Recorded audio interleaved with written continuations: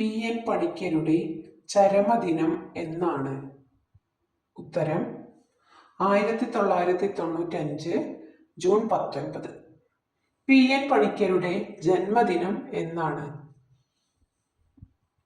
ഉത്തരം 1909 മാർച്ച് 1. ഏതു വർഷം മുതലാണ് വായനാ ദിനം ആചരിക്കാൻ തുടങ്ങിയത്? ഉത്തരം 1996 ജൂൺ 19. മലയാളത്തിലെ ആദ്യത്തെ നോവൽ ഏത്? ഉത്തരം കുന്തലത. മലയാളത്തിലെ ആദ്യ നോവലായ കുന്തലത രചിച്ചതാര്? അപ്പു നെടുങ്ങാടി. മലയാളത്തിലെ ലക്ഷണമൊത്ത നോവൽ ഏത്? ഉത്തരം ഇന്ദുലേഖ. മലയാളത്തിലെ നീളം കൂടിയ നോവൽ ഏത്?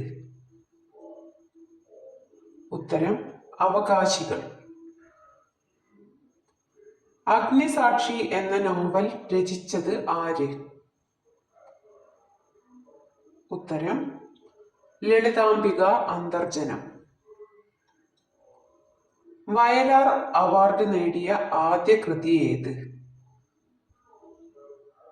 ഉത്തരം അഗ്നിസാക്ഷി.